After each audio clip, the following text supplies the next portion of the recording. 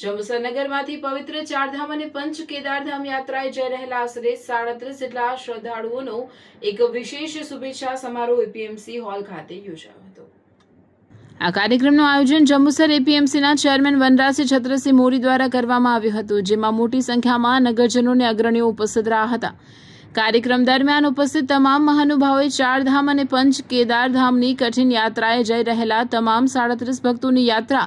સુખદ, સુરક્ષિત, સફળ અને મંગલમય રહે તેવી પુષ્પગુચ્છ આપી આશા વ્યક્ત કરી હતી અને ભગવાનના આશીર્વાદ હંમેશા તેમની સાથે રહે તેવી પ્રાર્થના કરી હતી। આ ધાર્મિક અને સામાજિક સૌહાર્દપૂર્ણ કાર્યક્રમમાં જંબુસરના વિવિધ ક્ષેત્રના અગ્રણીઓએ હાજરી આપી યાત્રાળુઓને શુભાશીષ પાઠવ્યા હતા, જેમાં મુખ્યત્વે વનરાજસિંહ છત્રસિંહ મોરી, ચેરમેન જંબુસર એપીએમસી, કુલદીપસિંહ યાદવ, પ્રમુખ જંબુસર તાલુકા ભાજપ, મનનભાઈ પટેલ, પ્રમુખ જંબુસર શહેર ભાજપ, નિલેશભાઈ ઠક્કર, પ્રમુખ જંબુસર વેપારી એસોસિએશન, શૈલેષભાઈ પટેલ, પૂર્વ પ્રમુખ જંબુસર નગરપાલિકા,